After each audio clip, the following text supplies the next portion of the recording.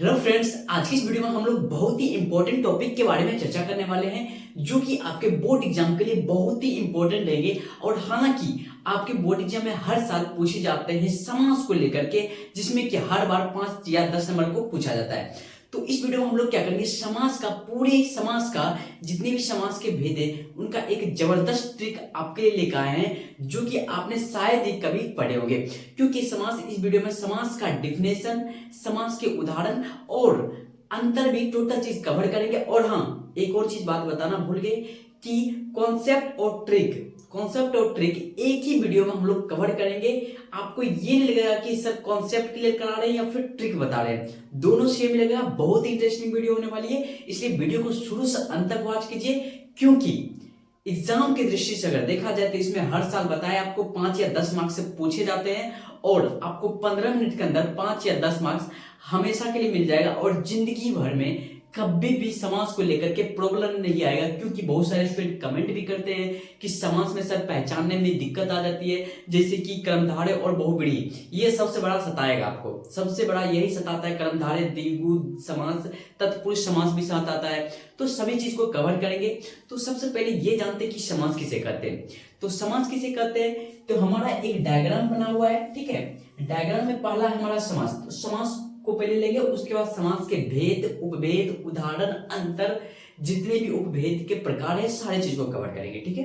तो समास किसे कहते हैं, तो समास कहते हैं जब दो पद क्या करते हैं, आपस में मिलते हैं तो एक क्या करता है, एक नया पद का निर्माण करता है। तो जब नया पद का निर्माण होता है तो उसे क्या कहेंगे, हम एक समास कहेंगे। एक पद बन जाता है, पद का ही नाम हम देते हैं समास, ठीक है। तो समासिक उसका अर्थ हो जाता है। जैसे कि संधि में क्या होता है, जब दो वर्ण आपस में मिलते हैं तो एक नया वर्ण का निर्माण होता है। उसी प्रकार इसमें दो पद आपस में मिलते हैं तो एक नया पद का निर्माण होगा, तो उसे समास कहेंगे। तो समास के मुख्य रूप से कितने भेद होते हैं, 4 भेद होते हैं। आपको एग्जाम अगर पूछा जाए कि समास के मुख्य रूप से कितने भेद होते हैं तो आपको 4 करना है। क्योंकि भेद में आपका एक आ जाता है अव्ययी भाव, अव्ययी भाव हो जाता है, तत्पुरुष हो जाता है, बहुव्रीहि, द्वंद्व। ये 4 आपका भेद हुआ। तत्पुरुष के अंतर्गत हैं 2 भेद, कर्मधारय और द्विगु। आपको हमेशा याद रखना है, तत्पुरुष के अंतर्गत हैं 2 भेद। तो मुख्य रूप से कितने हुए, 4 भेद हुए। और एक और समास होता है जिसको हम क्या करते हैं, एक केवल समास। केवल समास नहीं जानते होंगे, ये जान लीजिए, केवल समास भी होता है 4 भेद के का एक अलावा, जिसमें क्या करते हैं कि सभी चीज का लगे लेकिन समास का सभी का अर्थ लगे, लेकिन समास का वो नाम नहीं कहलाएगा, फिर भी वो समास लेगा। मतलब कि अव्ययी भाव, द्वंद्व, कर्मधारय, बहुव्रीहि, द्विगु, तत्पुरुष का कोई भी नियम ना लगे फिर भी वो समास आएगा तो वो केवल समास कहलाएगा, ठीक है। तो इसमें मुख्य रूप से समास के कितने भेद होते हैं, 4 भेद होते हैं। अव्ययी भाव, तो पहला हम क्या लेंगे, अव्ययी भाव। अब ट्रिक के अनुसार समझिए, अव्ययी भाव किसे कहेंगे, तो अव्ययी भाव में पहला पद जिसका प्रधान हो, तो पहला पद प्रथमा पद प्रधानो अव्ययी भाव समासा। तो जिसमें कि पहला पद की प्रधानता हो, जो पहला पद हो, मुख्य हो, उसे हम क्या कहेंगे, अव्ययी भाव समास कहेंगे। तो अव्ययी भाव समास को किस प्रकार से पहचानेंगे, तो अव्ययी भाव समास में पहला जो पद होता है अव्यय ही उपसर्ग रहता है। तो उपसर्ग में आप कैसे लगेंगे, तो उप लगा होगा, यथा, अधि। तो एग्जांपल लेते हैं, तो एक है उपनगरम, ठीक है। उपनगरम ये हमारा क्या है, ये हमारा उपसर्ग है। और मैंने बताया अब उपसर्ग क्या कहलाता है, अव्यय कहलाता है। तो पहला पद क्या होगा, अव्यय होगा। उपनगरम, इसका अगर हम विग्रह करते हैं तो विग्रह हो जाता है हमारा नगरस्य समीपम, नगर के समीप, तो उपनगरम, ठीक है। जैसे कि यथा, यथा हमारा क्या हो गया, यथा हमारा हो गया एक उपसर्ग हो गया, यथा फिर उपसर्ग हो गया। इसी प्रकार से आपको पहला जो पद रहेगा वो अव्यय या उपसर्ग दोनों एक ही कहलाएगा। तो पहला पद जो जिसका प्रधान हो वो क्या कहलाएंगे, अव्यय कहलाएंगे। पहला क्लियर हो गया पूरा ट्रिक के अनुसार, कोई भी दिक्कत नहीं होगा। पहला आपको याद रखना है, पहला पद जो उपसर्ग जो रहे, उपसर्ग में परि हो जाए, परिहार हो जाए, परीक्षा हो जाए, उपनगरम हो जाए, अनुरूपम हो जाए, अनुराग हो जाए, ये जितने भी सारे होंगे वो हमारे अव्ययी भाव समास के अंतर्गत आएंगे। क्लियर है, चलिए। अब दूसरा हमारा हो जाता है तत्पुरुष। तो तत्पुरुष के अंतर्गत 2 होते हैं, एक द्विगु, एक कर्मधारय, इनके दो उपभेद होते हैं। दो उपभेद कैसे होते हैं ये बताते हैं आपको। तत्पुरुष समास पहले ये जानते हैं किसे कहते हैं। तत्पुरुष समास में क्या होते हैं, उत्तर पद की प्रधानता, मतलब कि बाद वाले पद की क्या होती है, प्रधानता होती है। जैसे कि हम यहाँ पे देते हैं आपको राजपुत्र, ठीक है, राजपुत्र। तो हम यहाँ पे इसका विग्रह करेंगे तो राज्ञपुत्र हम लिख सकते हैं, मतलब कि राजा का पुत्र। यहाँ पे अगर ये पुत्र किसका हुआ, पुत्र किसका हुआ, राजा का हुआ। अगर राजा नहीं हुआ तो पुत्र नहीं रहेगा। तो अगर इसको हम अलग कर देते हैं तो सिर्फ ये बचेगा, तो ये तो पुत्र सिर्फ एक अकेला लड़का हो गया ना, ये राजा का नहीं, उसमें इसका मोहर हट गया, ठीक है। तो यहाँ पे क्या होगा हमारा राज्ञ पुत्र, इसका उत्तर पद क्या है, पद जो होगा ये प्रधान होगा, तो इसी क्या कहलाएगा, राजपुत्र कहलाएगा। अब एक और बात को ध्यान देना है, तत्पुरुष समास में, तत्पुरुष समास में होता है कि कारक विभक्ति होती है, ठीक है। तत्पुरुष समास में कारक विभक्ति होती है, जैसे कि कर्ता ने कर्म को करण से संपादन अपदन के लिए जितनी भी सप्तमी विभक्ति तक रहती है, इसमें कोई भी चिन्ह अगर रहे तो उस पे आपको नोट कर लेना, दिमाग में घुसा लेना है कि वो क्या कहलाएगी हमारी, ये हमारी तत्पुरुष समास के अंतर्गत आएगी। तत्पुरुष समास के दो प्रकार होते हैं, जैसे कि ये हमारा उपभेद हो गया, और उप प्रकार में आते हैं दो, एक होते हैं समानाधिकरण तत्पुरुष, एक होते हैं वैधिकरण तत्पुरुष।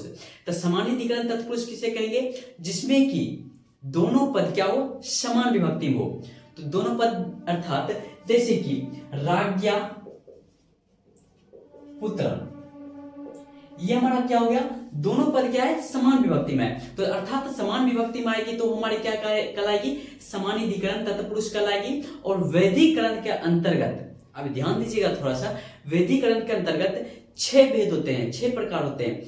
क्या होते हैं, द्वितीय तत्पुरुष, तृतीय तत्पुरुष, चतुर्थी तत्पुरुष, पंचमी तत्पुरुष, षष्ठी तत्पुरुष, सप्तमी तत्पुरुष, बस इतना रहते हैं। और इन्हीं के अंतर्गत जैसे कि द्वितीय तत्पुरुष में रहेंगे तो द्वितीय तत्पुरुष लगेगा, तृतीय में रहेंगे तो तृतीय विभक्ति में रहेंगे तो तृतीय तत्पुरुष लगेगा, चतुर्थी तत्पुरुष में, चतुर्थी विभक्ति में रहेंगे तो चतुर्थी तत्पुरुष रहेगा, पंचमी विभक्ति में रहेंगे तो पंचमी तत्पुरुष लगेंगे, षष्ठी विभक्ति रहेंगे तो षष्ठी तत्पुरुष रहेंगे, सप्तमी विभक्ति रहेंगे तो सप्तमी तत्पुरुष रहेंगे। क्लियर है। जैसे कि एग्जांपल आप बहुत सारा ले सकते हैं, जैसे हो जाता हमारा पित्रा समान, मतलब कि पिता के समान, ये हमारा हो गया पंचमी पहला विभक्ति, समान हो गया ये हमारा पित्रा हो जाता है हमारा सप्तमी विभक्ति, और ये प्रथमा विभक्ति। मासेन पूर्व, ये हो जाता है तृतीय विभक्ति, और ये क्या है, प्रथम विभक्ति। मतलब कि दोनों क्या हो, विभक्ति असमान में हो, कोई पहला हो कोई सप्तमी हो, मतलब कि समान में नहीं हो, तो वो हमारे क्या कहलाएगी, वैधिकरण तत्पुरुष कहलाएगी। क्लियर है। तो इसमें आपको एग्जाम में पूछा जाएगा कि ये कौन सा द्वितीय तत्पुरुष में, तृतीय तत्पुरुष में, चतुर्थी तत्पुरुष में, ये भी पूछा जाता है। इसलिए मैं बता रहा हूं कि ये बहुत ही वेरी इंपॉर्टेंट है ये तत्पुरुष समास, क्योंकि एग्जाम की दृष्टि में हर बार आप क्लास 10th में पूछा जाता है, और जो भी स्टूडेंट सीटेट और टीटेट के लिए तैयारी करते हैं उसके लिए भी बहुत इंपॉर्टेंट है। ये क्लियर हो गया। तो इसमें क्या होती है, उत्तर पद की प्रधानता होती है। अब इसके अंतर्गत दो भेद होते हैं, इसके दो भेद होते हैं, एक द्विगु समास, एक कर्मधारय समास। तो इसका दोनों एक ही रूप है। तो कर्मधारय किसको कहेंगे, तो कर्मधारय तत्पुरुष समास का एक क्या है, समानाधिकरण भेद है। तो इसका अगर हम सूत्र लेते हैं तो क्या होता है, इसका समानाधिकरण तत्पुरुष कर्मधारय, क्या होता है, समानाधिकरण तत्पुरुष कर्मधारय, मतलब कि समान विभक्ति में कर्मधारय समास की विभक्ति होती है, जिसमें क्या है कि हम कर्मधारय समास कहेंगे। एग्जाम्पल में लेते हैं, इसमें विशेषण क्या होता है, विशेष होता है, कोई चीज का विशेषण जो होता है वो विशेषता उसकी बदलाता है। तो उसी प्रकार इसमें क्या होता है, समानाधिकरण तत्पुरुष लगता है। अब देखते हैं जैसे नीलकंठम, क्या है, नीलकंठम, यहाँ पे आ जाएगा नीला है जिसका कंठ, या नील के जैसा कंठ कैसा हो जाएगा, नीलकंठम हो जाएगा। जैसा का प्रयोग आपको कर्मधारय में करना है, ठीक है। जैसा जब भी लगेगा कर्मधारय लगेगा। चंद्रमुख, चांद जैसा मुख जिसका हो, जैसा यहाँ पे लगा चांद जैसा मुख तो चंद्रमुख कहलाएगा। कमल नयन, कमल नयन मतलब हो जाता है आंख हो जाता है, तो मतलब कि कमल ऐसा जो नयन रहेगा जिसका, वो कमल नयन कहलाएगा। क्लियर है। ये हमारा दो क्लियर हो गया। अब आ जाते हैं द्विगु समास। द्विगु समास में होता है संख्या पूर्वे द्विगु। पहला में जो इसमें लगा रहे संख्या, यानी कि दशानन, पंचानन, षष्ठानन, सप्तमानन, त्रिभुज, त्रिलोक, चौराहा, जिसमें कि संख्या लग रहा हो। इतना आपको ध्यान रखना है ट्रिक के अनुसार, जिसमें कि संख्या का बोध होगा वो हमारा क्या कहलाएगा, द्विगु समास कहलाएगा। ठीक है, तो संख्या का बोध किसमें होगा, जैसे पंचवटी, क्या पांचवटी वाला, पंचवटी, यहाँ पर हमारा पंचवटी हो गया, त्रिलोक हो गया, चौराहा हो गया। ये हमारे सब क्या है, ये हमारा हो गया, ये द्विगु समास के अंतर्गत आएंगे। ठीक है, बहुत ही आसान है, इसको तो फिर याद करने की जरूरत ही नहीं है, क्योंकि जितने भी सारे संख्यावाची रहेंगे वो हमारे द्विगु समास के अंतर्गत आएंगे। अब आ जाते हैं चौथा हमारा आ जाता है द्वंद्व समास। ये हमारा है समास के चौथा भेद। हम 6 भेद को क्लियर कर लेते हैं। समास का चौथा भेद हमारा हो जाता है द्वंद्व समास।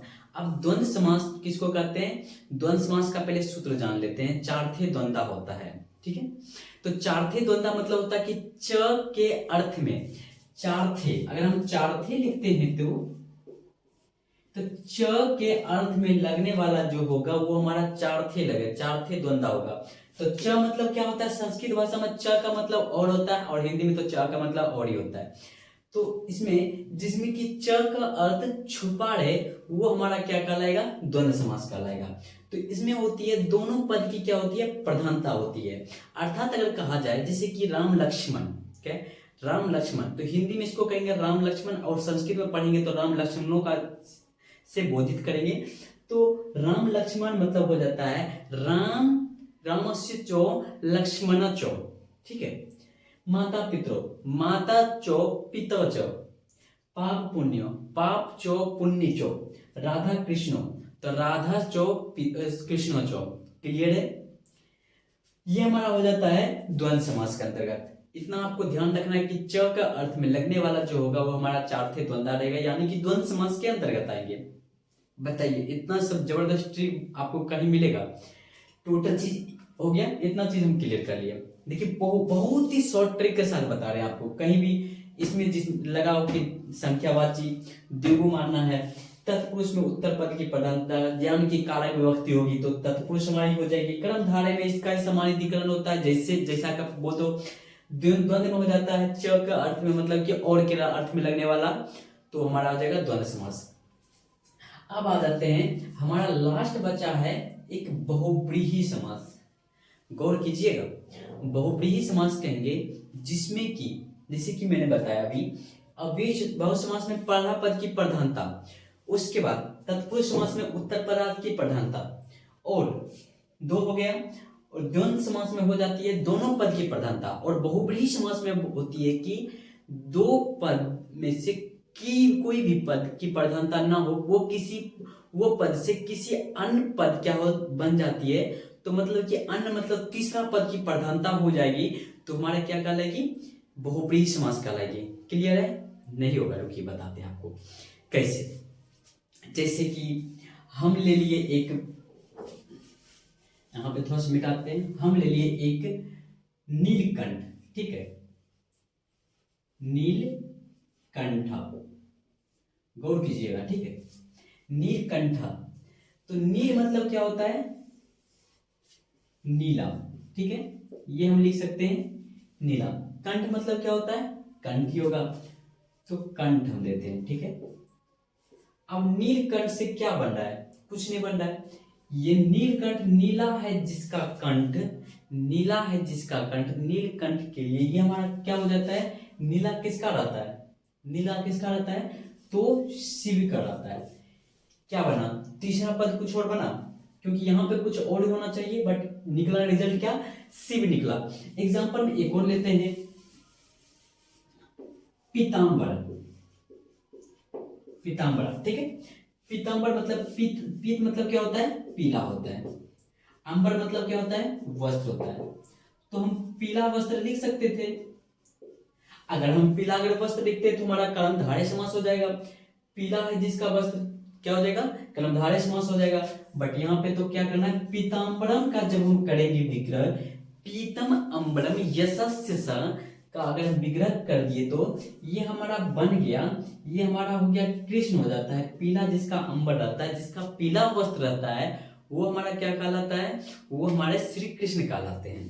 ठीक है, यानी कि दोनों पद की प्रधानता न हो करके किसी तीसरे अन्य पदार्थ की प्रधानता हो तो हमारी क्या कहलाएगी, बहुव्रीहि समास कहलाएगी। यहाँ पे भी पता चला है कि किसी अन्य पद की प्रधानता होगी तो बहुव्रीहि समास कहलाएगी, और उदाहरण में समझ में गए। और हाँ, आपको एग्जाम में बहुत बार पूछा भी जाता है कि पीताम्बरम में कौन सा समास लगा हुआ है, गौर कीजिएगा। यहाँ पे थोड़ा सा हम क्या करते हैं, चलिए इसको ही मिटाते हैं। क्या है, पीताम्बरम में पीताम्बरम, और यहाँ पे हम एक लिखे पीताम्बरम। ठीक है, दो चीज है। तो पीताम्बरम में कौन सा समास है, तो मां जिसमें हलंत लग गया तो हमारा हो जाएगा कर्मधारय समास। क्या हो जाएगा, कर्मधारय समास हो जाएगा। और पीताम्बरा है तो पीला है जिसका अंबर, तो पीताम्बर अलग अलग विग्रह करते थे, पीत अंबरम ये तो इसका हमारा हो जाएगा श्री कृष्ण हो जाएगा। ठीक, एक और बात को ध्यान रखना है, जैसे कि गजानन, दशानन, दशानन में हमें द्विगु समास लिख सकते हैं क्योंकि 10 आनन है, तो दशानन में हमें द्विगु समास क्यों नहीं लिखेंगे ये समझिए। दशानन है, ठीक है, दशानन, तो दशानन, ठीक है। तो यहाँ पे क्या है, संख्यावाची का बोध हो रहा है, तो संख्यावाची का बोध हो रहा है तो फिर इसको भी पढ़ेंगे ना, हम इसको भी पढ़ेंगे। तो क्या है, दशानन जिसके 10 क्या हो, मुंडी हो। ठीक है, तो 10 जिसके मुंडी तो क्या कहलाएंगे हमारे, वो हमारे कहलाएंगे रावण। जिसके 10 आनन है मतलब कि सर हैं तो वो हमारे क्या कहलाएंगे, रावण कहलाएंगे। यहाँ पे हम द्विगु समास का बोध नहीं करेंगे क्योंकि यहाँ पे क्या है, अना है यहाँ, और क्या है, ये अना है, जिसके बाद ये जो लगेगी तो हमारी रावणा का बोध होगा, और इसका विग्रह हम करते थे 10 आनन यश से, इसका हो जाएगा हमारा बहुव्रीहि समास। अब बताइए, इतना चीज आपको कर दिए, अब इतना चीज में आपको एग्जाम में कभी भी दिक्कत होगा, कभी भी नहीं होगा, क्योंकि टोटल चीज ट्रिक पर आधारित है। एक बार हम फिर से एक बार कंफर्म कर देते हैं आपको किस प्रकार से याद रखना है। देखिए, हम उधर देख नहीं रही है, सिर्फ आपको बता रहे हैं कि अव्ययभाव समास में पहला पद की प्रधानता होगी, यानी कि उपसर्ग जिसमें आपको लगेगी, उप, यथा, परि, जितने भी उपसर्ग रहते हैं वो चीज लगा रहे हो तो आपको अव्ययभाव समझना है। तत्पुरुष समास में कारक विभक्ति जो भी रहे तो तत्पुरुष समास समझना है। ठीक है, दो क्लियर हो गया। अब आ जाते हैं तत्पुरुष समास के अंदर कर्मधारय और द्योगो। तो कर्मधारय में एक सामान्यीकरण तत्पुरुष होता है, उसी का रूप होता है, तो उसी का सिमिलर जिसको बोलते हैं। तो इसमें जैसा का प्रयोग होगा, तो जैसा का प्रयोग जब भी रहेगा तो वो हमारा क्या कहलाएगा, कर्मधारय। और द्विगु समास में संख्या पूर्वे द्विगु, मतलब कि संख्या के पहले पहला क्या हो, पहले संख्या लगा हो, तभी वो हमारा क्या कहलाएगा, द्विगु कहलाएगा। जैसे कि त्रिलोक, चौराहा, पंचवटी, जितने भी सारे हैं नंबर जो से चालू हो तो हमारा क्या कहलाएगा, द्विगु समास कहलाएगा। द्वंद्व समास में दोनों पद की प्रधानता, मतलब कि कृष्ण रामो कृष्णो, राम लक्ष्मणो, कृष्ण अर्जुनो, तो कृष्ण चो अर्जुन चो, ये हमारा लग जाएगा च के अर्थ में, मतलब कि और के लिए। ठीक है, उसके बाद बहुव्रीहि समास में दो पद की क्या हो, प्रधानता न होकर के किसी तीसरे पद की प्रधानता होगी। तो दो पद की इसमें प्रधानता नहीं होगी, कोई दो मिलकर के तीसरा पद बन जाता है। तो जैसे बताया पीताम्बर में मतलब पीला है जिसका अंबर, तो हमारा क्या कहलाएगा, कृष्ण कहलाता है। जिसका पीला शरीर रहता है, पीला वस्त्र रहता है तो वो क्या कहलाते हैं, कृष्ण। जिसका नीलकंठ है तो वो क्या कहलाएंगे, शिव कहलाएंगे। गजानन तो हमारा क्या कहलाएंगे, गणेश कहला जाएंगे। दशानन रावण कहला जाएंगे। चक्रपाणी क्या हो जाएगी, सरस्वती कहला जाएगी। तो बहुत सारे उदाहरण है, इतना करके तो आपको क्लियर कर देंगे, आपको एग्जाम में तो कभी दिक्कत ही नहीं होगा। तो आई होप ये वीडियो आपको बहुत ही हेल्पफुल करेगी आगे के बोर्ड एग्जाम के लिए। अगर वीडियो आपको अच्छी लगी तो एक लाइक जरूर कर दीजिए, और हाँ, चैनल पर नए हो तो चैनल को सब्सक्राइब करके भाई बेल आइकन जरूर प्रेस कर दियो। आप लोग लाइक ही नहीं करते हो, जबकि इतना अच्छा कंटेंट आपके लिए लेकर आए हैं। तो मिलते हैं नेक्स्ट वीडियो में, तब तक के लिए जय हिंद, जय भारत, टेक केयर।